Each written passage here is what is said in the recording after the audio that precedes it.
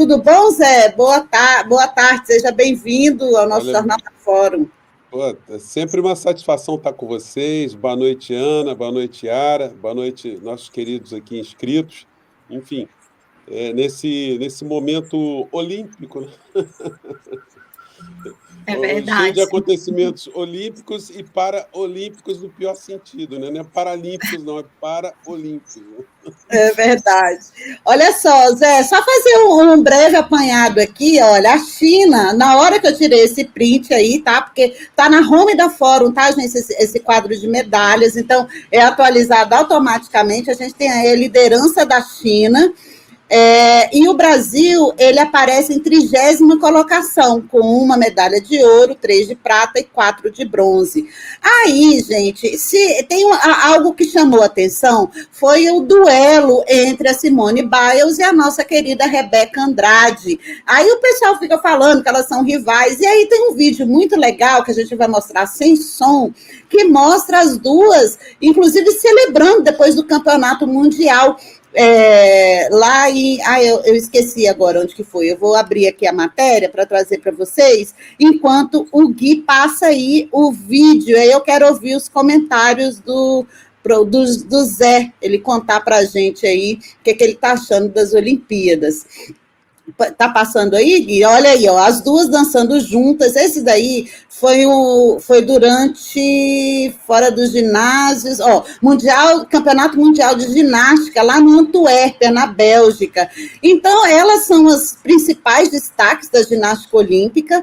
Aí tem aqui uma informação que eu acho importante para a gente acompanhar. Um dos momentos mais aguardados vai ser a disputa do salto, que está prevista para esse sábado agora, dia 3, às 11h20 da manhã, horário de Brasília. Vou deixar aqui a matéria para vocês checarem, uma matéria do Lucas Vasques, lá da revista Fórum, trazer aqui para vocês. E mais uma que eu quero que o pessoal, se o pessoal tiver interesse, é uma curiosidade que muita gente se pergunta por que os atletas chineses estão em 3 equipes, a equipe da China, a equipe de Hong Kong e a equipe de Taiwan. Tá? Isso se deve a um acordo, né, em virtude de Hong Kong ter sido colônia britânica e da questão da China não reconhecer Taiwan, considera um país independente, é uma província rebelde. Então, vou deixar para vocês aí, eu achei muito curiosa essa história, para quem quiser entender, e já passo a palavra aqui para o nosso Zé comentar as Olimpíadas. Fala, Zé. Olha, eu estou num momento olímpico diferente de outros momentos, né? Para começar, teve muita polêmica na abertura, em função da contaminação que essas Olimpíadas estão sofrendo. Talvez a maior contaminação ideológica, né, que nós tivemos em todos os tempos de Olimpíada, né? A gente tem uma Olimpíada que a delegação de Israel ali está praticamente, né, com um grupamento militar para protegê-los, mostrando a tensão da coisa toda. A delegação da Rússia não pode defender a Rússia, enfim, situações assim que misturam fatos extraesportivos com as Olimpíadas, né? Além de muita gente, em função da contaminação ideológica, ter proposto lá na França, por exemplo, um boicote às Olimpíadas, enfim. E nós que acompanhamos os acontecimentos da vida política em nosso país, a gente fica com as atenções divididas, né? Porque enquanto você está vendo um episódio olímpico, está acontecendo também uma coisa importante. Até agora, a gente vai começar a ter mais acontecimentos políticos misturados com a cobertura das Olimpíadas, porque o Congresso volta a funcionar, o Poder Judiciário também termina o recesso amanhã, então provavelmente a gente vai ter alguns desdobramentos de coisas que ficaram paradas aí durante esses dias, né? E vamos ter, infelizmente, os insanos voltando para o parlamento. A gente vai ter de novo a Damares fazendo maluquice, o Nicolas Ferreira, o Dudu Bananinha, enfim, essa gente toda fazendo uma série de presepadas, sobretudo porque agora estamos aí com esse momento Venezuela, né? Também na pauta do dia, e isso vai suscitar todo tipo de debate que tem, por algum lado, né? pessoas que tratam desse tema com honestidade, com sinceridade, com razoabilidade, enfim, trata à luz de uma série de princípios republicanos, racionais, civilizatórios, mas aí a gente tem um contrabando da extrema-direita que discute o que está acontecendo lá apenas com o viés da vigarice, do oportunismo, do banditismo. E aí a gente vai ter, nas próximas semanas aí, esse caldeirão de assuntos aí para mexer, né? Agora, Olimpíada é aquela coisa, ela sempre mostra a superação de atletas que às vezes vêm de países que não têm a menor estrutura, os caras têm um talento que ultrapassa qualquer tipo de limite, e tem também as potências, né, que são potências econômicas que têm ali na área esportiva a representação do processo civilizatório que eles conseguiram alcançar. Sociedades que conseguem fazer com que os seus jovens tenham acesso à cultura, ao lazer, conhecimento, educação e ao esporte. Mente sã em corpos sãos, né? Então, a Olimpíada tem essa coisa toda, né? Agora tem uma coisa que eu acho sempre positiva, é que não tem tanta influência direta, né, de patrocinador, né? Então fica uma coisa assim mais o aspecto lúdico também ele acaba sempre tendo alguma relevância, né? Enfim, eu acho que é uma Olimpíada atípica, né? Para nós aqui no Brasil, o fato de não ter a seleção brasileira de futebol masculino disputando já diminui uma série de atenções, alguns esportes coletivos nossos não estarem brilhando tanto, né? Então é isso. Acabando a Olimpíada, daqui a pouco a gente volta só para as nossas pautas aqui, as nossas pautas domésticas e as maluquices que estão acontecendo fora do nosso país. Tá, você falou sobre essa questão da Venezuela, queria saber qual é a sua opinião sobre essa situação. Olha, eu acabei de fazer um programa no Portal do José. Eu não sou a mãe de Iná, não, mas pelo que eu estou vendo aqui, o Maduro vai ficar na presidência da Venezuela, exceto se acontecer de fato, uma revolução popular na Venezuela. Se a maior parte do povo for para as ruas e provocar uma situação de derrubada do Maduro, ou se as Forças Armadas se insurgirem também para derrubar o Maduro. Não sendo nenhuma dessas duas situações, jogando no tapetão como ele está jogando e fazendo as coisas que ele está fazendo, ele vai permanecer no poder. E aí, enfim, o mundo todo vai continuar a chamar o Maduro de ditador, sanguinário, mastodonte, leão de chácara, etc, etc, etc. Mas eles já estão num ponto que eles não estão dando muito bola para isso, não. O que a gente está pensando? A coisa ficaria complicada se o Maduro não conseguisse ter o apoio da China, da Rússia e do Irã, né? Aí ficaria complicado, mas com o apoio direto, assim, bem claro, com os dois pés, né, dentro da Venezuela, da Rússia, da China e do Irã, aí o Maduro não está ligando muito para o Maduro e as pessoas estão com ele lá, né? Não estão ligando muito, porque já passaram tudo de pior que poderiam passar, eles resistiram aí a muitas ações de todo tipo que os Estados Unidos quiseram fazer contra eles lá, e eles resistiram, e de uma maneira muito curiosa, porque se fala muito em perseguição política na Venezuela, mas todos aqueles que foram assim, os ícones golpistas mais proeminentes, nenhum deles teve assim um fim trágico, né? O Guaidó está lá em Miami cheio de grana, o Capriles está lá em Miami cheio de grana, todos essa Corina Machado vai e volta para os Estados Unidos com maior desenvoltura. Então, tem essas coisas, eles estão jogando um jogo de uma maneira muito interessante, né? Do ponto de vista sociopolítico, né? Porque nós nunca tínhamos visto esse tipo de conflito ser tratado assim. Você tem lá uma série de coisas funcionando ainda na Venezuela, o volume de manifestações que se espera quando se tem uma disputa eleitoral tão fraticida, né?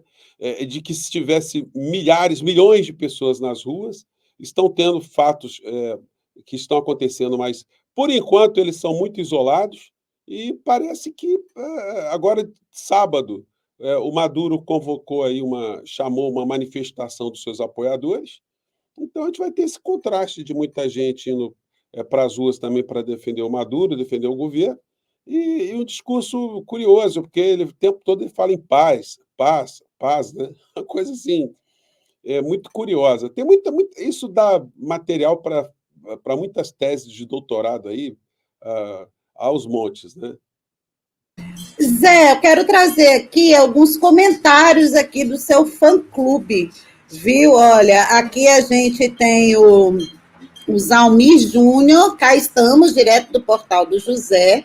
A Cláudia também comenta, a Cláudia Elizabeth, sou uma das alunas do portal. E o Arthur Ramalho comenta que o portal do José não decepciona.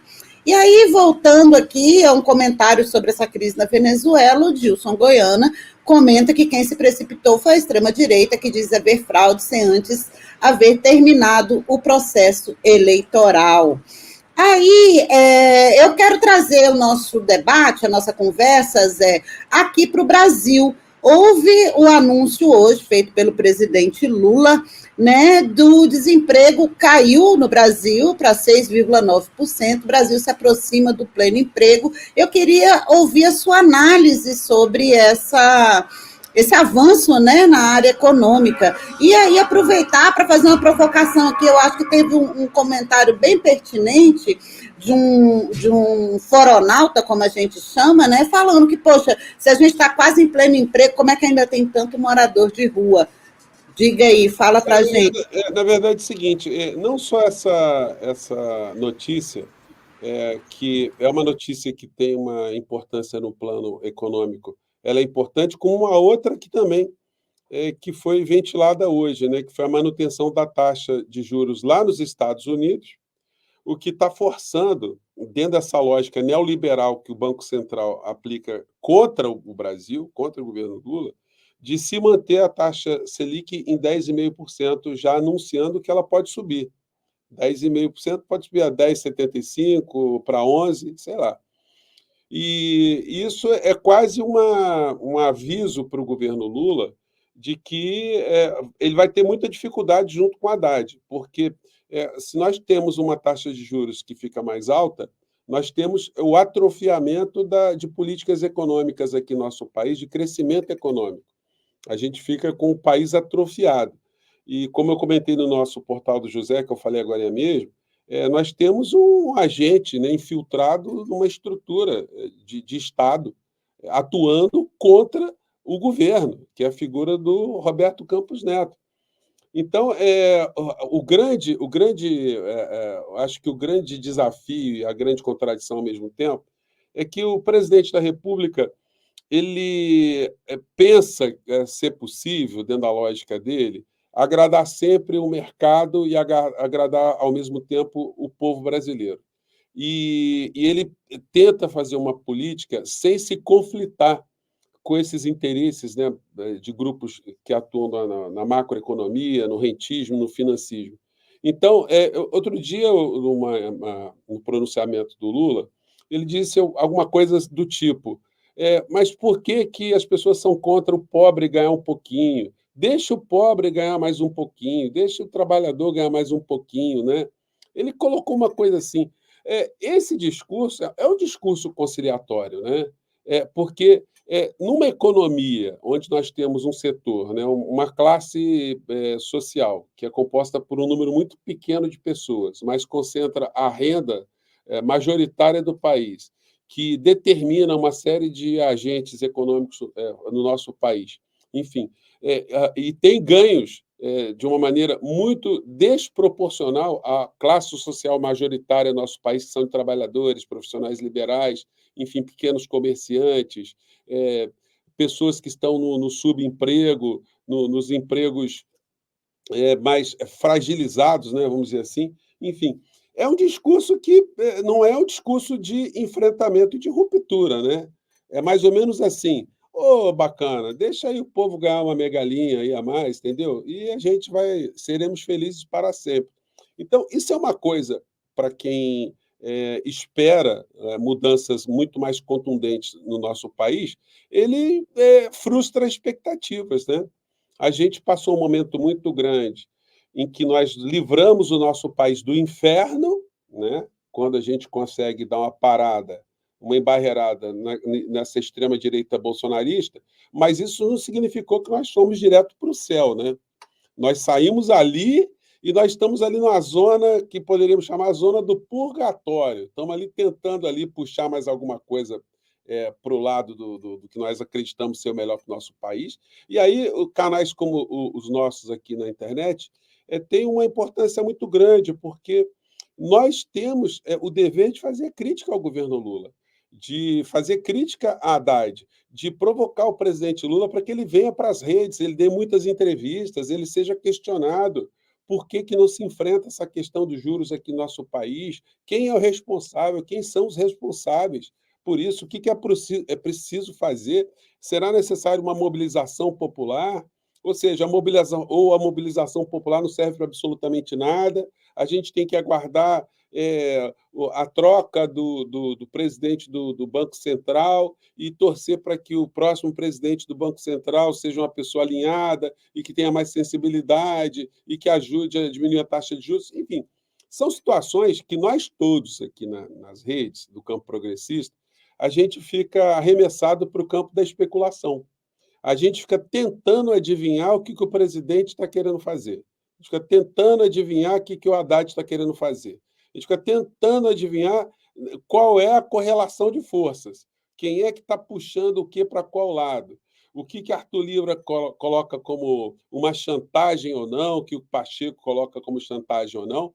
Enfim, e nós todos acabamos ficando um tanto ou quanto como apenas espectadores, né? Quando a gente tinha que lembrar o tempo todo que o presidente da República teve mais de 60 milhões de votos. Aí muita gente fala assim, mas o Lula não tem maioria no Congresso, o Lula está com o Congresso conservador, está com as instituições ali conservadoras. Olha só, mas o discurso que a direita faz quando um presidente é eleito é que ele foi eleito para defender uma série de pautas, né? Como fizeram no Bolsonaro. O Bolsonaro foi eleito e empurrou uma reforma da Previdência que ninguém estava discutindo reforma da Previdência, e que foi uma reforma da Previdência que ferrou o trabalhador brasileiro. As pessoas no seu direito de ter uma aposentadoria minimamente digna, né? E isso foi apresentado para a sociedade como uma carta que a sociedade deu para que o Bolsonaro fizesse isso com o Paulo Guedes. Se o argumento valeu lá para trás, por que não vai valer agora para o presidente Lula para ele implementar uma série de mudanças com o capital político que ele tem? Ninguém sai de casa para votar em deputado e senador. O cara não acorda no dia da eleição, eu vou votar porque eu quero votar no deputado. Não, as pessoas saem de casa para votar no presidente. O voto do deputado e do senador, ele é acessório, tanto é que a maior parte do eleitorado aqui no Brasil não lembra quem vota depois. O cara sabe em quem ele votou para presidente e sabe quem ele votou para governador, mas o resto dificilmente ele acaba se lembrando. E isso faz com que a gente, às vezes, tenha um presidente que não usa esse capital político. O Lula tem que chegar em muitos debates, em muitos enfrentamentos, fala assim, gente, olha só, eu estou aqui com 60 milhões de pessoas junto comigo aqui. Isso de uma forma direta, sem falar os familiares. Muitas pessoas que votaram em mim, os adultos, têm famílias. Então, eu estou falando aqui do contingente de pessoas muito grande. Então, é um capital político que, olha, eu não vou abrir mão, vou ter que enfrentar, vou chamar o povo para discutir isso, vou fazer live. Enfim, nós estamos nesse momento aí. E se não houver essa aproximação de Lula, uma maior aproximação, explicando as coisas que estão acontecendo, as dificuldades, não nos esqueçamos que temos eleições daqui a alguns meses. Se isso não for capilarizado, se os candidatos progressistas eles não tiverem ferramentas nas mãos para poderem fazer discurso, olha, a direita vai dar uma cacetada no progressismo, no processo civilizatório, nessas eleições municipais, que vai ser um negócio pavoroso, porque isso já vai desenhar o cenário para 2026, para as eleições de deputados e senadores. E aí vai ficar muito complicado. Então está na hora de a gente chacoalhar o presidente Lula, pegar ele pelo braço e falar: presidente, vem para as redes todos os dias, vem responder às pessoas, vem explicar o que está acontecendo, porque, olha, nós não estamos lidando com gente fraquinha, não. Muito bom, obrigada, José. Estamos terminando aqui, chegando ao final desse nosso Jornal da Fórum. Agradecer em nome do Miguel também, que fez o convite para ti. Infelizmente, ele não conseguiu chegar, ele está em deslocamento do Rio aqui para Brasília.